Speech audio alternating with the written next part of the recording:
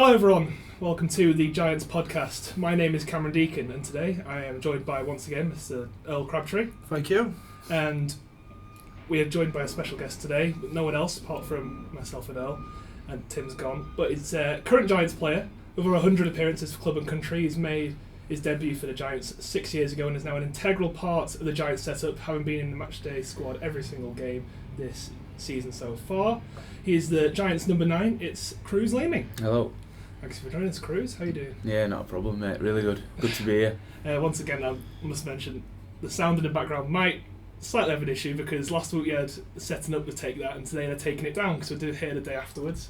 It's amazing how quick it's coming down actually. No, Yeah. 28,000 people in the stadium last night, and Was it? yeah, and absolutely every one of them was soaking wet through. Yeah. So it looked absolutely horrendous. I saw some pictures. It was busy. I know, Very yeah. busy. Do you know what? It actually looked like a decent show, but there's just no way I could have been stood out in that rain. It's No. like, I mean, Was it raining? Oh, yeah, it was it raining? It was like a monsoon. Welcome to the Seal Take That. They will not be back. They'll never come here ever again in their lives. Oh, were they all on the pitch as well? So no one under cover? No, I think there's quite a few in the stand, to be fair, Oh, but right, the okay. majority of the people So were they in had the to run up middle of the pitch with the ponchos on. I think it was meant to be pretty spectacular, actually, Yeah. from all accounts. A lot of happy people. I think it went really well, but the aftermath and the build up to it is something special. I mean, you see these, it's like ants, like an ant's nest out there. Just there's like hundreds and hundreds of people just walking around, just ripping the standing place to around. pieces. Yeah. There's a lot of high visors standing around. Yeah, standard really, that, isn't it, these days? Not quite. Not like middle of the road though.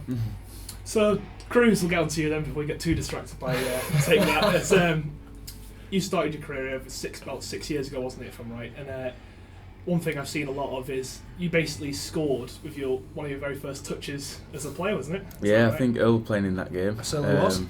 Played against Warrington at home. Obviously, I got the nod from Baloo, the coach then, Yeah, Paul yeah. Anderson. And I come on, and Robbo put a kick up. Or it might have been Bruffy who put a kick up.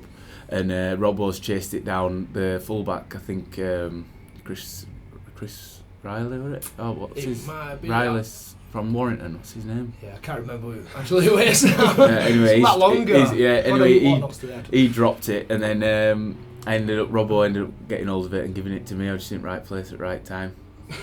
It was amazing with stuff like that. With like last week, we had memories of that. The first few games were always so vivid, and like you must have been only 17 at the time. Yeah, I think I'd just gone 17. Yeah. So that must have been pretty amazing for you to have come through the ranks and then be playing in that and score straight away. Yeah, it was brilliant. I think it happened so quick as well. When you're coming through, you see them playing, the first team, and then you end up training with them, and it seems miles away. Like you don't think you'll ever get out there with boys. And you end up thinking, oh, maybe next year, and then all of a sudden 2 weeks in, and then you're training full time, you're finding it really quick, everything's happening really quickly around you. You're thinking, oh, there's no chance I can keep up with this pace, and then like another 2 weeks, you're almost there in squad, and then somebody gets injured, and then boom, you're straight in team. And it all happens so quick, and then when you sat on bench, so nervous getting waiting to play, and there were lads coming off like battered and bruised and that, and I'm thinking, oh no, I'm going to go on in a minute, and then end up getting on. Obviously all my family had come to watch and stuff like that, and then just to get on and to get amongst it, like it literally feels when you get out there like your lungs are going to blow up. I'm thinking, surely I've been playing 3 hours here, and 5 minutes had gone by. But then, the best feeling ever, getting in changing rooms after with the lads all around you, congratulating you on making your debut and stuff like that. Very surreal feeling, and obviously it's to score as well. And luckily, we didn't get the result we wanted that game. But for me, it was a good day. And off the naked run as well, straight away, which the is naked something that we don't ever do anymore. That doesn't happen in the game anymore because it's a bit outdated. But straight off the naked run. Do you even know about that at that point? You must have done. You must have been hammered before the game, like if you don't score. Yeah, it's one of them as well. And when you're a young lad, if you get 5-10 minutes here and then, it might not play for the rest of the season. It still counts. And I'm like, surely it don't count if you've only played 5 minutes. So, if you're on the bench and you don't get on, if you don't get out, it's your own tough. Is this for your debut then? No, this is if you don't score throughout the season. But if Right, you want to okay, play, like Kruise says, if you've just come in and maybe there's some injuries and you play for 5 minutes and you don't even touch a ball, it makes no difference that you were on that list. And when it comes to Mad Monday, when all the lads meet up, you've got the naked run to do at some point, and that's what's historically happened. I just quickly explain about Mad Monday actually, and Kruise will back me up on this, because I think some people get frustrated and see it as a really outdated thing, but they don't understand what Mad Monday means to the players. See, Mad Monday is not about just going out and sort of drinking. It's not really about that. It's about going out with your teammates that you put your body on the line for all season. Now, some of these players will disappear, some of them will stay, and you don't know if you're going to see these people again. This is a celebration of what you've been through as a team, and I think that is why Mad Monday must always continue, because it's more of a celebration of the people you've been around and what you've done throughout the season, whether it be good or bad. You all get together, and it's your last chance. For some people it's to say goodbye, because you'll probably never see some of these ever again in your life, and to go through what you've been through is something that you should always remember, and you sort of celebrate that fact, and that's what Mad Monday is really all about. Obviously you may have a couple of beverages as well, but that's the history sort of behind it. And where's the it reason take place at? It wherever the lads decide, you just meet up in the morning. The reason it's called Mad Monday is because games were used to be on a Sunday, always on a Sunday. Last game of the season on a Sunday, you all meet next day, you get together, very early, and it may turn into a Tuesday. So the younger ones maybe a Wednesday, but that's what it's all about, isn't it, Kruise? Would you say the same thing? I can remember Inchy were leaving last year, and Inchy's obviously one of the leaders, somebody that you always look up to, and somebody that has a very professional outlook on the way he trains and the way he behaves outside of training, and you wouldn't ever find him going and having a drink on weeks when we've got games, and obviously through the season that's every week. So you see him at work, and you see him around the work environment constantly, and then sometimes you just want to go out and speak to him about something else, about his life, about how he's doing, and with him leaving as well, I wanted to send him off and give him a good goodbye, and that's what we did this Mad Monday, and that's something that I'll always remember. Like Earl says, it's something to celebrate their career a little bit as well, especially when he's retiring or after the career that he's had. He deserved that, and all the boys got behind it, and even to now, if you spoke to him, he said it was one of the best nights out he went on, and we're all just there and having a good laugh, and like Earl says, it's needed. How do you remember much of your last Mad Monday, or? Do you know what? Not a lot. I didn't spend much time on it. I was a little bit disappointed. I'd actually broke my ribs as well at the end of the season. I spent a bit of time, but I didn't spend too long. And the reason for that is I was pretty good that I was retiring. I spent time in the morning, and I sort of let the lads get on with the rest of the sort of the evening. So I had a pretty early one, but it was only down to the fact that I played for such a long time. I just thought that was the end of it for me, which was really quite a hard thing to take. I knew that I'd never go on one ever again. Really enjoyed being around the lads, but then it's almost like waving them off, and it's a bit of a strange, surreal feeling. But I remember lots and lots of years and meeting some amazing players, and you cherish those sort of memories. And I've got a lot of good memories of Mad Mondays, and all for the right reasons, turning up in fancy dress, and the lads just the way they were, and just having a great time with each other. But Kruise picked up on Hinchy straight away. That was a standout name for you, because you can see why, because he's ultimate professional.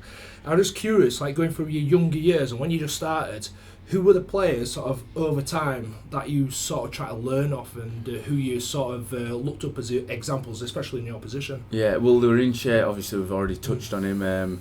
Lunty, when I was first coming through, Lunty were always the 9 there, playing really good rugby, and I still speak to him now.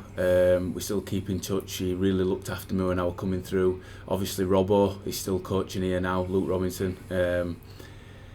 He taught me stuff that sometimes he's a big thinker about the sport. That's probably why he makes a good coach. But he always taught me little stuff that I've probably never even thought about. When you're coming through from amateur to professional, that's them little things that set you apart sometimes. And it was strange for me. It was a strange feeling, because obviously amateur, it's different. You try to take somebody's spot, and then you might not speak to them. And Robbo, that's how I thought we were going to be coming into the first team. But with Robbo and Lunty, they always helped me, and I was wanting to take their spot at some point, and didn't understand why they were helping me do it, if you know what I mean. But and they helped me to where I am today. I'll never forget that, really. That's probably why I keep in touch with them, and I respect them so much.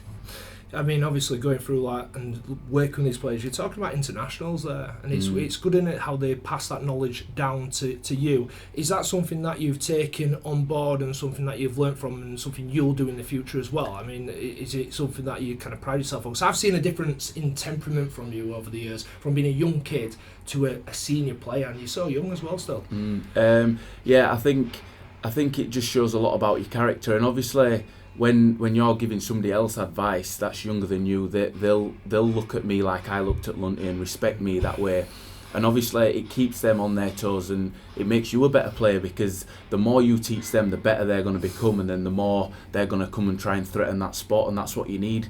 Sometimes in our game, English players, sometimes they frown upon like what's it called, competition in positions, and sometimes they see that competition as a bad thing, whereas I have try and have the other outlook on it of it's a good thing for me, and the more competition I can have, the better rugby I'll play. And it's interesting actually you mentioned the competition side of things.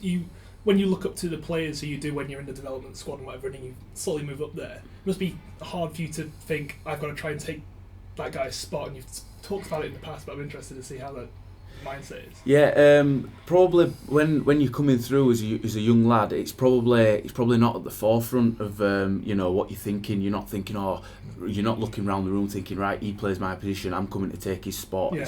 You're just trying to survive. I think when you first come through, you're getting through your pre-season, and you're just trying to survive. You just try, it's adapting about that life of being full time and training all the time and being scrutinised for everything that you're doing video wise. By the players, and then getting used to the banter around as well. It's totally different with the lads, and it's probably that step from being being at school to going into a working environment. Everybody will experience it in different walks of life, and so to answer your question, it's probably not at the forefront of what you're thinking. But so, like we've spoken to Andy on this before, and it's interesting to see how players jump from that development squad to the first team. And is that how you'd highlight it? You'd say it goes from being sort of like a school kid to being in a more professional environment. Yeah. Right. So it's not.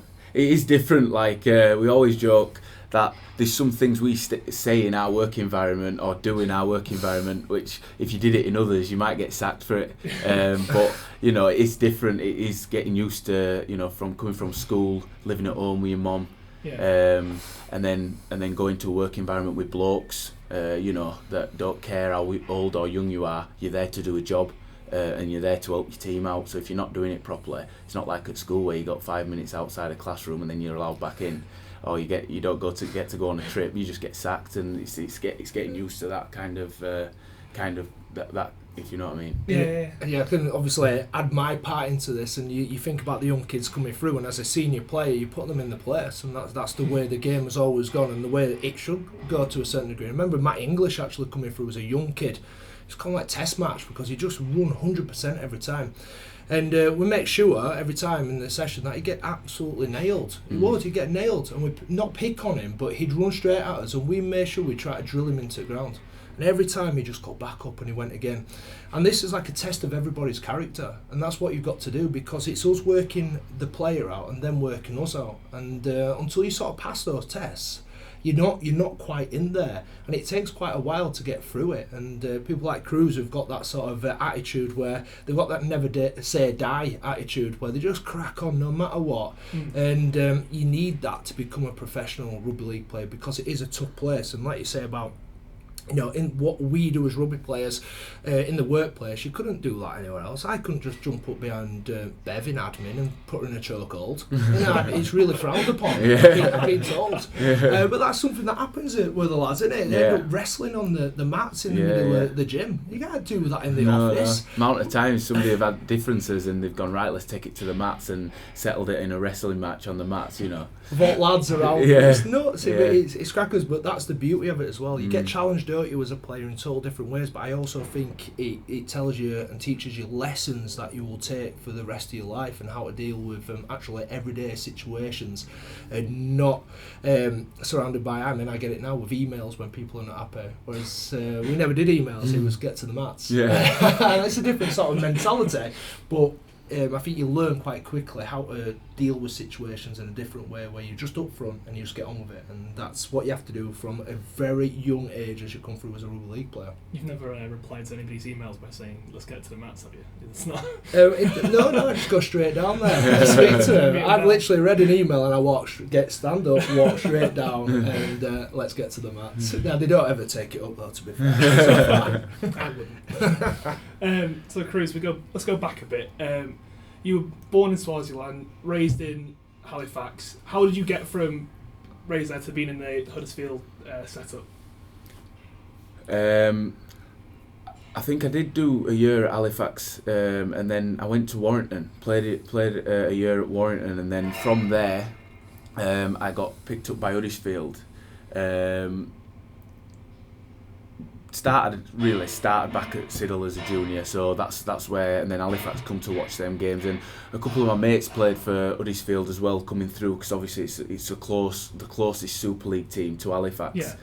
And then I did a bit of travelling to Warrington. After my time at Warrington, I then signed at Huddersfield in the academy. What brought you to that decision then? Was it just literally the difference? I'd say Luke Robinson, really. I was so close to signing for Halifax because they offered me like a first team contract. Obviously, They were in the Championship then, as How they old are you now. at that age? Being 16. Yeah, 16. So they offered me a first team contract, which sounded more appealing to me than going to sign under 19s contract with Huddersfield. But Luke said to me, look, it's very hard to come through a Championship setup as a young lad and not be forgotten about, kind of thing. Do you know what I mean? To come out of the system through there and then go to a Super League team. He says if you stay in the system of a Super League team, there's more chance of I'm not saying you can't do it from there. There's players that can do it, but they said there's more chance of making making your professional Super League debut coming through the academy at a Super League team. And it switched my thinking a little bit about it. So then obviously Luke got me over here, and then like say the rest from there, kind of thing. And it was and that's worked for you obviously, because you came in and eventually you got, was it 2013 was your debut, and then it's from there you've had maybe sort of from what I've seen, about 2 years of growth in that first team, and then 2015 seems to be the year where you were properly settled into that squad then. Yeah. Right. And so what was the difference then in that year for you?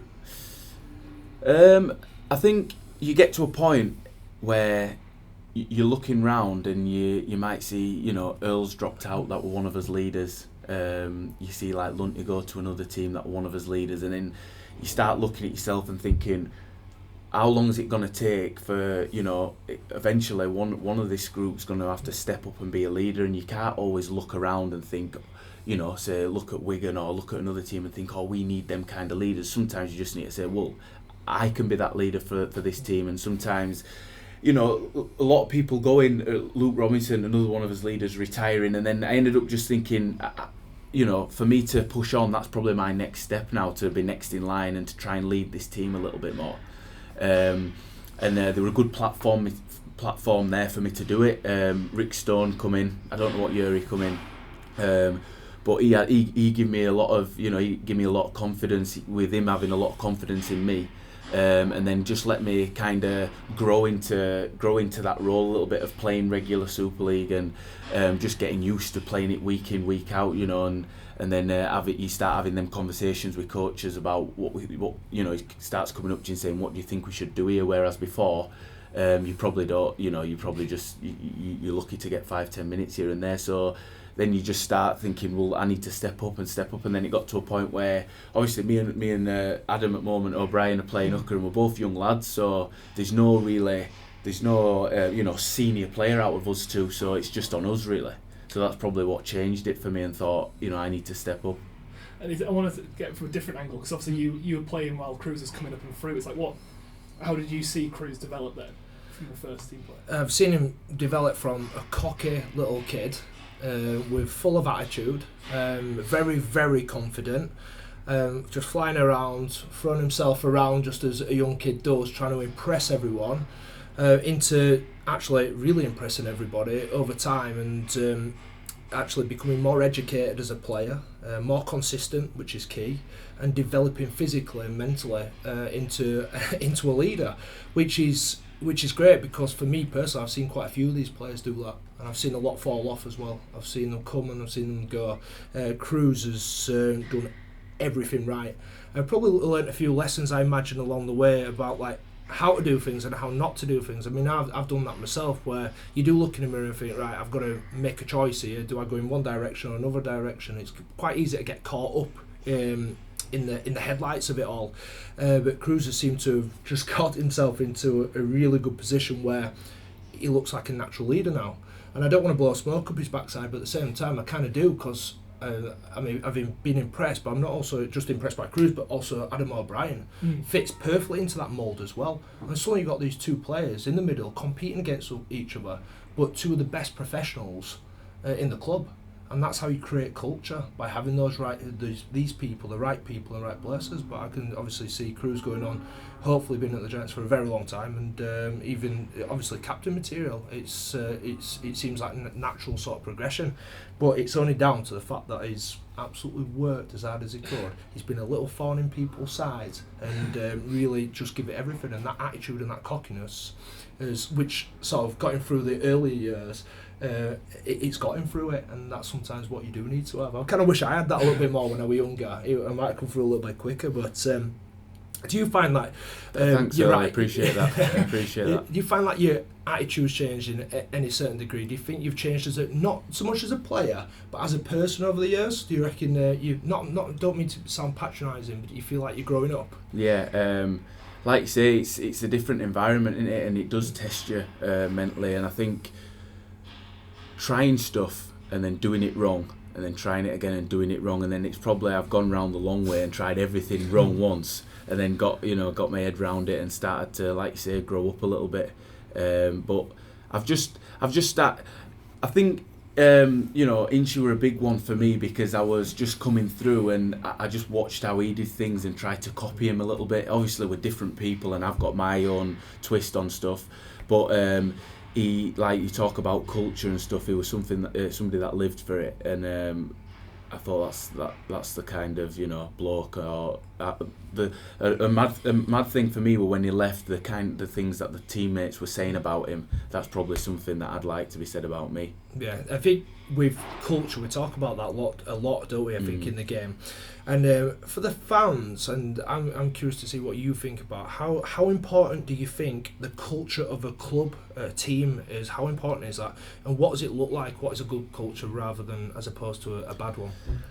I think the importance of a good culture at any club, if you look at any winning team in any sport, you go to Liverpool, who've just won a massive game, if you go to Man City, every good club seems to have a really good culture, and what that looks like is sometimes maybe the coach getting the game plan wrong, or telling us to do go down the wrong side, let's say in attack for rugby league, and the culture's that strong, and that everyone buys in that much and believes in their coach and believes in their teammates. You end up winning, because even though you've got it wrong, the buy-in and the the willingness to go, yeah, no problem, I'll run through that brick wall for you, as a looking at it as a player's point of view, gets you through. And some other teams can have the best game plan in the world, but they've got one or two bad eggs in their group.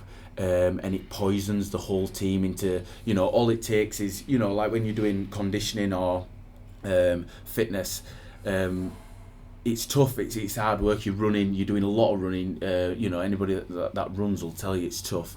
And you already know in your head it's tough, and then if you've got somebody next to you saying, this is rubbish, why are we doing this, we don't need to do this, and then there's another one that says that, and then it just breeds through the whole squad, and then everybody ends up going 80% because it's not worth it, we don't need to do it, it's not going to help us, why are we doing it, nobody else is doing it, and then it breeds through the whole squad, and then you end up getting a group of lads going 65% doing something and never ever actually getting any better at what they do. Whereas the flip side of it, of a culture of, you've got hills to do, 10 hills, and everybody's like, yeah, let's go, come with me, you come with me, and you're always constantly trying to push that boundary of getting fitter and fitter and better and better. And then you've got a group of lads going 105% at everything that they do, and then getting better and better and better each week, and then ultimately winning a grand final. It's that simple. Yeah, I think I absolutely nailed that, Kruise. I don't even need to add anything to that because it was actually inspiring just listening to that. And I genuinely hope the fans buy into what you just said there because it's so true. And something that might have impacted it but seems to have helped the team grow slightly, and something that you've talked about in the past, is the impact that Simon's had since coming in. And it's and that, I know you've talked about it a lot, but it's how he helped you develop as a player. And something that seems to come up a lot, especially from what was searching you up, is the tough love that you got early on from him. Yeah. So could you talk more about that? Yeah, like Earl says, I have my outlook on stuff, and things were going really well. I was playing every week, and you get to a point, I think it happens in everything, you get to a point where you think, oh, this is easy, I'm playing every week, playing really well. I don't, and the little stuff that you think that you were doing that didn't really make a difference, maybe coming in a little bit earlier, doing a bit more passing, doing an extra couple of speed work drills, that got you there. You forget about it, and then you see these big plays that everyone sees, like running through and scoring and stuff, and you forget about them little things that got you there. And I got to that point, and as Simon were coming in, and I think he just knocked me back a little bit. And didn't pick me for a couple of weeks, and it were a different kind. It was something different, a different challenge that I had to go through, of a new coach coming in, not knowing anything about me. I'd put all my groundwork in with Rick Stone, then he left, and it was just a totally different challenge. And the tough love part of him knocking me back and not picking me, and then me having to go back and think, where have I got this wrong? Where have I gone soft in my preparation, or where have I gone wrong in or the way I'm approaching games, or the way I'm doing training? I had to strip it right back and just thought, I need to give 100% in everything that I'm doing and tick off all the boxes. Sometimes them boxes that you leave unticked are the big boxes, really, the little things. So that helped me a lot. It just gave me a different type of challenge, and it helped me think, this isn't easy for people to be on top of the game constantly. By no means that I was playing top of my game. I'm not saying that, but I was playing pretty well. Yeah. For people to be constantly playing well week in, week out, you need to be doing everything right and making sure you're ticking everything, and that's what helped me when he come in. So what's that like then, that transition? Is it a really difficult one to have to get used to that? I imagine it's a whole different set, like training regime, and this new sort of mentality in the changing room. What's that like when somebody new comes in charge? Yeah, it's good. You've got different emotions in the dressing room. Like, you've got people that are, being brutally honest, you've got people that are glad to see back of a coach. You've got people that wish he'd have stayed. You've got totally different load of emotions in the changing rooms, and then you've got a new guy coming in with loads of new different ideas. And like I say, that it comes back to that buy-in of people not knowing how to take him at the first. That either you're going to dive in 2 feet and think, right, whatever he says I'm going to do, or you're going to go in 1 foot and think, I'll wait till I see if his plan works, and if it works then I'll buy into it, or I'll wait until if it goes wrong then I'm glad I didn't go in full-heartedly. Do you know what I mean? So you've got a load of emotions, a load of different opinions, a load of different ways of doing things, and I think you've just got to, the way I look at it, you've just got to go in, the way I've looked at it coming through my career is sometimes I've let a coach mould me into a player that I'm not sometimes, and take away what I'm good at because they might not like it, and then that's what, growing up as well, and knowing what you're good at and not letting somebody else come in and take it away from you sometimes. Do you think the fact that he himself was a hooker in his playing career has impacted the way that he coaches you specifically? Yeah, they always have, like I say, I think he was a different style hooker to me as well, so they'll always have their way of coaching how they played as well, do you know what I mean, which you can take loads from. And you can listen to what they've got to say, and I've took loads from Simon. He played loads of games in NRL, so he's somebody that you would want to listen to, and it was great for me, him coming over and playing my position. I was just licking my lips thinking I could learn so much off this guy. And another part of your development, obviously, as a player, is that you were called up into the England Knights squad. For those who don't really know what that means itself, do you mind explaining what that is? It's like a pathway through to the first team, the England first team. So you could say it were like it's an England B team. That's what you could describe it as. Right. Okay. And then obviously you went on tour with them. Was it last year? You went to Papua New Guinea. Yeah, last year. What was that like for you then? Eye opening. Like a lot of the lads didn't know what to expect, and you've got some kind of fear going over there as well, like not knowing, or they get made up to be like, giants, and they're all really hard, and they all run really hard, which they do, don't get me wrong, but you're going over there really, anxious for what's going to come. And we went, I can remember getting ready in a bus, going down into the stadium. They didn't have changing rooms. We had to get ready in his hotel, drive down in this little shuttle bus, and then we get there, and then these fans all there, all round the shuttle bus, and obviously we're backing up like basically onto the field, so we can just jump out of the bus straight onto the pitch, 5-minute warm up and play. And I can remember these fans all just being crowded around this bus. We're all like trying to get ready for a game, something that you don't get in the Super League. And then this guy come round, a guard, and he had a whip on him, and he were whipping them all off his bus. It were crazy, yeah. He were whipping them all to try to get him away from his bus, and there were people like scurrying about, like Earl said, like watching like ants. They just all, it were crazy. They were all over the place, and it were a very hostile environment, but something that I thrived off and I enjoyed. And then we jumped out straight onto the pitch and started playing. There were people hanging, had climbed up, like there were these palm trees around the thing, and there were barbed wire around the outside of the stadium, and there were some of the locals had climbed up the palm trees right into the top just to watch the game. Unbelievable. Tell us more about this, honestly. Like Papua New Guinea, so you've gone there, you played, and you hear these stories, don't you? You hear the stories of what happens over there and stuff like that. Obviously it's intimidating, but you must have seen some other stuff outside of rugby league. What was it like, the experience? Did you do anything else while you were out there? Yeah, we went to some schools, and we saw how they got taught. Very, very different. I can imagine it's what it were like over here, years and years and years ago. They're all sat on the floor outside with just a hut covering them. They're unbelievable, really. Just it makes you think about what you do have and what we moan about sometimes as well. Some of the stuff that people moan about over here, and then you go over there. Sometimes that's all it takes is a trip over there just to have a look, and how grateful they are for everything. I can remember after a game, throwing kit into the thing. They were asking for string off your shorts, tie your shorts together. They were asking for that kind of string off your shorts. That's how much they loved rugby league. And then we started throwing one sock, two socks, and then we threw the shorts in, and they were just all fighting in lumps over this bit of kit, over some socks, and we were like, oh.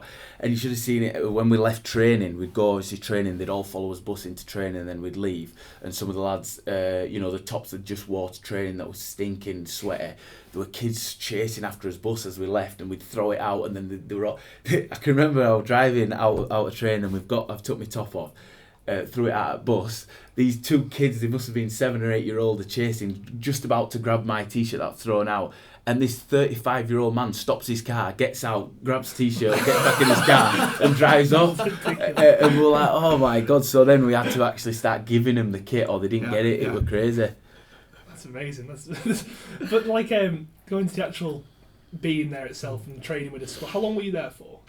3 weeks. Just over 3 weeks. So what was that like then, going from, because that's am I right in saying that's your first sort of experience at an international level? Yeah. So like, how weird is that to go from being in a squad way with them every single day in the same train, and then go into playing with players that you usually play against? Yeah, it is strange. Obviously you go in there and it's just like meeting new people for the first time. It's you're nervous about it, but something that you realise when you get into an international setup is we're all rugby lads, and we all do the exact same thing day in, day out, and we all live very, very similar lives, so we've got a lot in common with each other. And it takes a day or maybe 2 days or one night out together to all come together and to all start enjoying each other's company. And just, the group of lads that we went with were outstanding. They want one guy on, which is very rare really, they want one guy on that team that when we walked for a coffee or walked down to training, 5-10 minute walk, that you think, I hope I don't end up walking down with him. Do you know what I mean? They weren't one of them guys which were really good. So yeah, we just got on really well. And when we got to Brisbane the first night, we all went out on a night out straight away, which Paul Anderson made sure we all did that together. So it just broke the ice a little bit and got us all to know each other. Would you agree with that, Earl? Yeah. Do you know what? I could totally relate to everything Kruise is saying. It's strange because, like you say, we all live the same lives, and I've been through that structure. Apart from that, I was playing in the international level, playing for England, and I was around quite a lot of people that I just didn't really get on with quite as well. Quite a few of them I did, but it was very cliquey at that time. There were different groups of players, and I found it very hard because I was the only Huddersfield lad there, and I hung around with certain players. And then I remember the Knights were training at the same time. They came to the same hotel as us. And Jez will tell you, Jermaine McGilvery will tell you to this day, he saw me and my eyes just lit up because it was like I just saw my friend. And I went over like give him a hug, and I was like, can I just hang around with you guys? And what I did see at that point was the Knights was just something different. There wasn't sort of they weren't as so cocky and full of themselves. They weren't as arrogant, if you know what I mean. They were almost team lads. Almost back to that school level. Yeah, and I could just see it in them, and I thought that's fantastic, and I wish I was a part of that rather than the part of the structure. I just didn't feel like I ever fitted into that sort of setup at the international level, England level. Probably never got the respect of the coaches quite as much. But as soon as I saw the Knights walking, I thought, I'd love to be a part of them lot, and I genuinely did. And spent a bit more time with Jez and the other boys, and I'd never met them before, but I got on with them really well. And you can sort of appreciate everything they've gone through, but you do meet all these people. You know all these people before you meet them as well. It's a bit strange, and it's you've played against them, or you've had these little battles, so you kind of know each other. But as soon as you go out, and it just takes genuinely one night, and that's why it's actually important that players get together on an evening and stuff like that. And because you're not talking about rugby, you're talking about real life, getting to know each other, building rapport. And then you take that into training, you take that into games, and then you've got that sort of brotherhood for the rest of your life. And it's so important in our game because you've got to trust each other to put your bodies on the line for each other.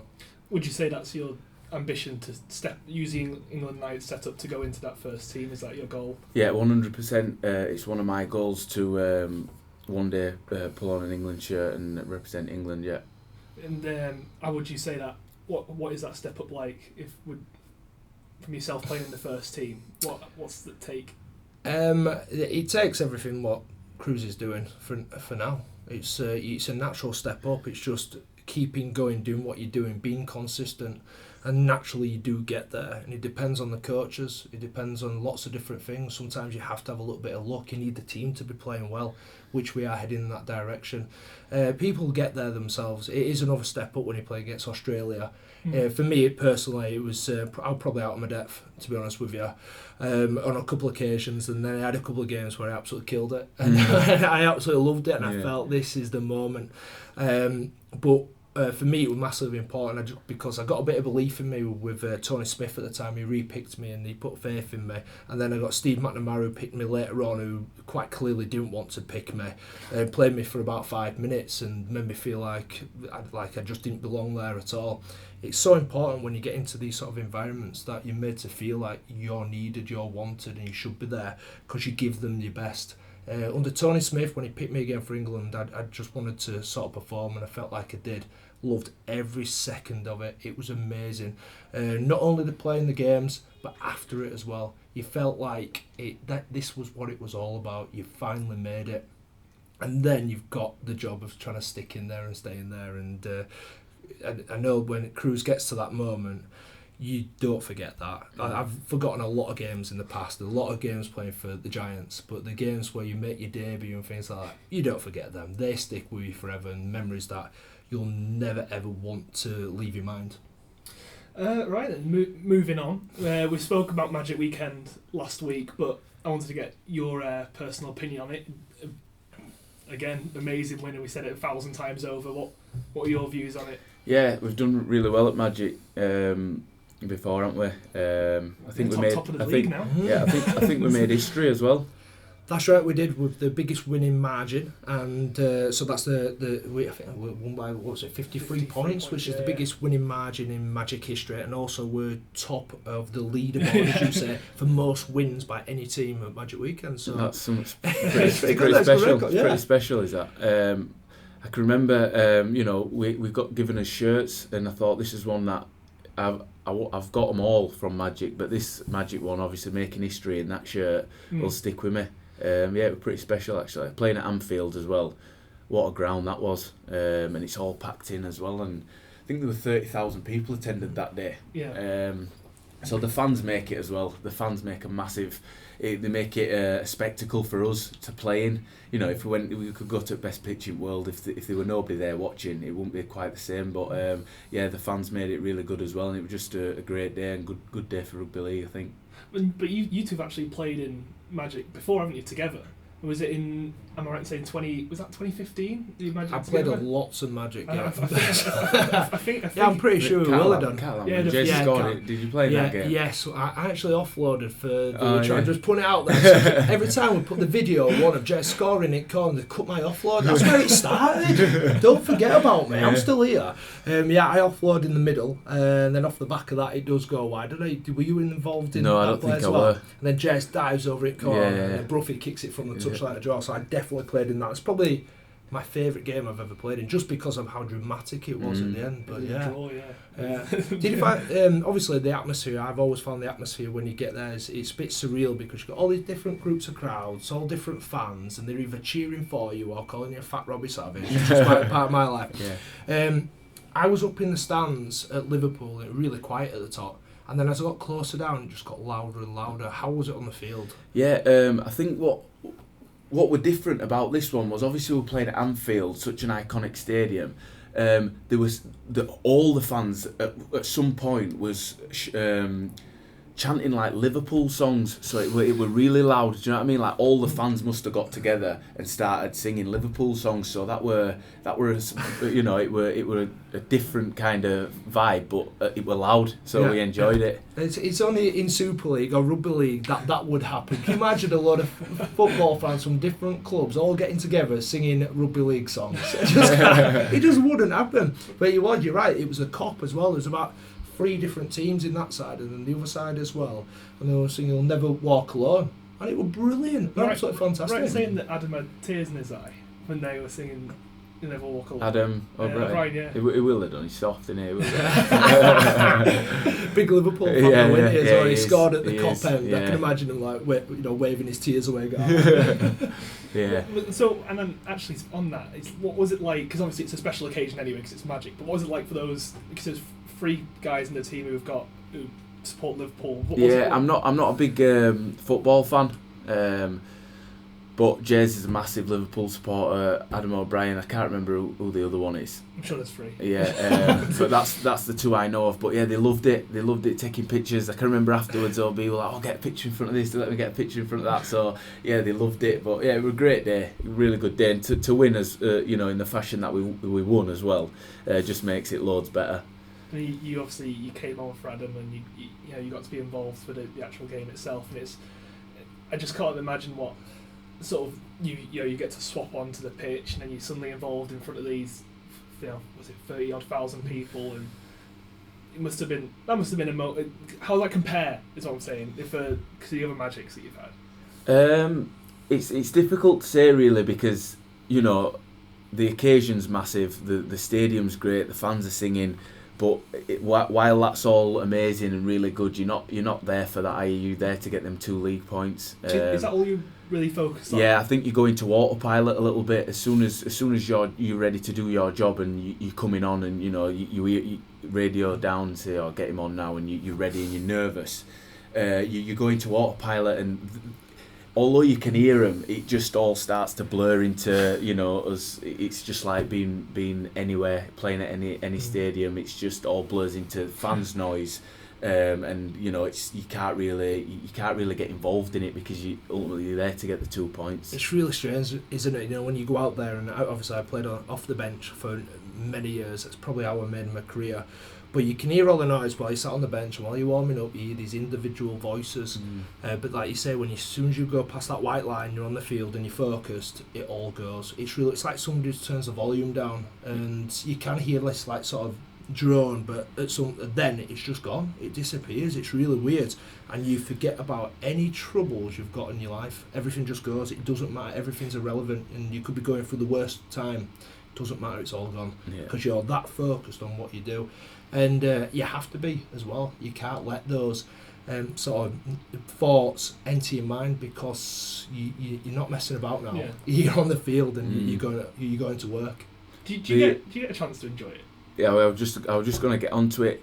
When you're in a game like we were in, against Hull FC, where there's 15 minutes left, you're up by 50 odd points, thinking if we lose this from here, there's something definitely gone wrong here, or somebody's cheating somewhere. But so then you start to enjoy it a little bit. You start when ball gets kicked into touch, and you have them breaks in plays, and you walk into scrum with your mates. You can have a chat, and you can soak it in a bit, and then you can relax and have a look at the stadium and have a look and listen to what's going on. But until you've got the job done, then no, you can't enjoy it. But did something change mentality in that game? I'm not saying before the game, and I know the attitude's been there for quite some time and it all came together. But you mentioned there kicking to touch. Normally when we start games, we kick the ball to the corner, but you don't want it in touch because you want to challenge the opposition and make them bring it out while you tire them out. But going through that game, we probably found touch more times than I've seen before. Is that a conscious decision by the coaches? Is it the players that just wanted to take control of the game? It just seemed different. Yeah, I think it was the players that Gasquet and Russ just ended up doing it. It wasn't something that we'd planned. And it's massive, innit? Belief and confidence in rugby league, in any sport, it's massive. And I think, you go into a game and you sort of like feeling your way out, and then all his plans starting to come together, and all his shapes start working, and everyone starts lifting and start thinking, we can do this. And then people start adding their little bit of sprinkle on it then, and then, as halves are starting to throw it over top to wingers, something they might not do if it were close, and everyone's confidence is starting to build. And like Earl says, like you start kicking to touch and start doing stuff off your own back a little bit and just growing into the game a little bit more. But no, it wasn't a conscious, want something that we'd planned or like just thought it were best. It's interesting that, because it just looks like you're confident. It looks like you're in control, and I like that sign. I like that side of the game where, it's demoralising as a team. When someone's marching down the field and then they just kick it to touch. Yeah. It's like, get lost, make an error, and you just keep doing it over and over again, and it actually mentally breaks the opposition, because I see a lot of positivity in kicking to touch into corners, because you can just get your rest and then challenge them to come out of their own half. But there was just something different, and I've been in games where we've won by 50 points. It's the easiest game in the world. And then I've been in games where we've been battered by 50 and I can't do nothing right, and it's unbelievably tough. Do you think was it a tough game to play in, or because you won by so many points, was it fairly easy? Yeah, I can remember some lads coming off and saying like they never felt tight, because defence is probably the toughest part of rugby league. It takes a toll on your body wise, and we didn't do much of it. We were attacking most of the time, so it was a pretty. No disrespect to Hull FC, but it was a pretty easy game, yeah. Yeah, that does naturally happen. It isn't trying to be disrespectful to the opposition, because everything went right. And I picked up on a point before where Ollie Russell kicks the ball on second into the corner, and you're like, what is he doing? Yeah. And then they dive on it and knock it on. And you're like, everything we did just went right. It wasn't Hull's day at all, but you've still got to put those games away. So it must have been just so enjoyable. Would you say it's one of the highlights or the best games or most enjoyable games you played in? Yeah, 100%. It was a big occasion, and it's something that I'll always remember as well. Like the Magics before have been good, but I think Anfield's a bit, to say when you're watching them play on TV and stuff, to say, I've played there is pretty special. And it's obviously such a big result in terms of the actual league table itself. Like you're saying, that's what you're focusing on now. 2 points from that top 5, and you've got Castleford who are in that 5th place up next. What's the feeling amongst the team at the moment after having a bit of a break? Yeah, training's like we're getting into training, and no matter how upbeat you are or no matter how good the session is, if you're losing week in, week out, it's tough to maybe like it's tough to have a laugh, and sometimes that enjoyment, like I say, that confidence, it's tough to keep bringing that enjoyment and confidence when the stuff that you're putting into place and the things that you've trained for all pre-season and all all the season are not working.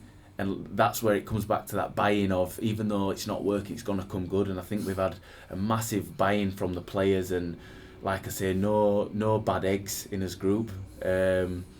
Massive buy-in and just belief of what, just keep doing it, it'll come good. And then now we've started to reap the results, and we've started to get stuff have started to go the way we imagined them going, and then you just grow on back of that, and you get back into training, and the lads are all having a laugh, and they're all confident, and everyone's coming out of the shell, and it's loads better place to be.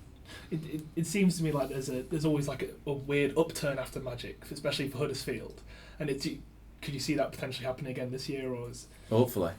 Hopefully. Is that confidence from the last game still there in training, or is it just now wiped it off, clean slate? No, 100%. You've got to hold on to them games. You've got to hold on to what what we did in that Magic, and what we can do to top 3 team. You've got to hold on to them, because if you don't, then what else have you got to go off? And another thing of, like I say, with the training and the systems that Simon's putting in place for us, with us seeing it working, it makes you want to do them even better, and makes you want to work that little bit harder, because they work. You've got the confidence in them now. So you've got to hold on to that what we did at Magic. Talk about, obviously, Simon. We've talked about him quite a lot, but there's another name that I want to talk about in the coaching role now. Ollie Richardson. I think he's obviously come in. What sort of effect does he have? Because he's come in and he seems like a really good bloke from what I've seen, and there's definitely been some changes.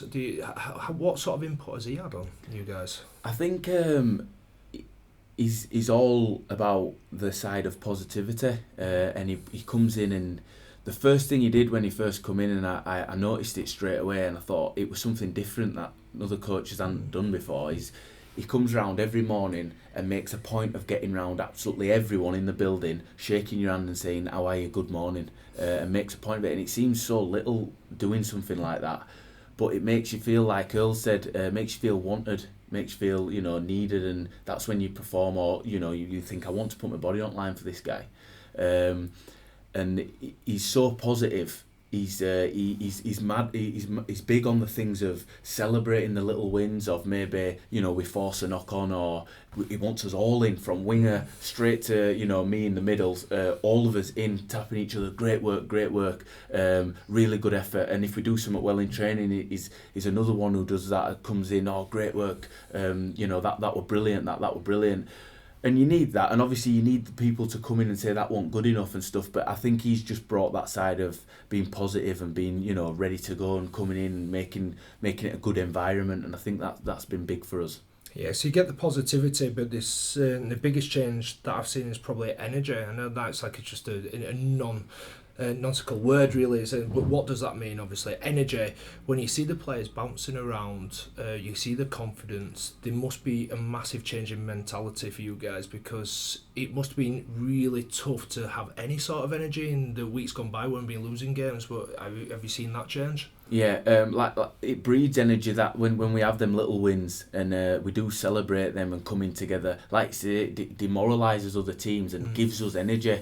And when we have a really tough training session, and it gets us round in a huddle, and we all huddle up, we make a point of huddling up before training to start. Right, we're ready to go. We can laugh and joke and do anything you want to do, and then as soon as you get in that huddle, right, it's time to go, it's time to work, make a point. And then after training, we've worked really hard, everyone's had a real big dig, we get in a huddle again, and then right, it's time to relax now. And I think that's helped us starting games and going into games of, as soon as we walk past that white line, that's like our huddle, and right, we switch on, we're ready to go now, and we've got 80 minutes to perform.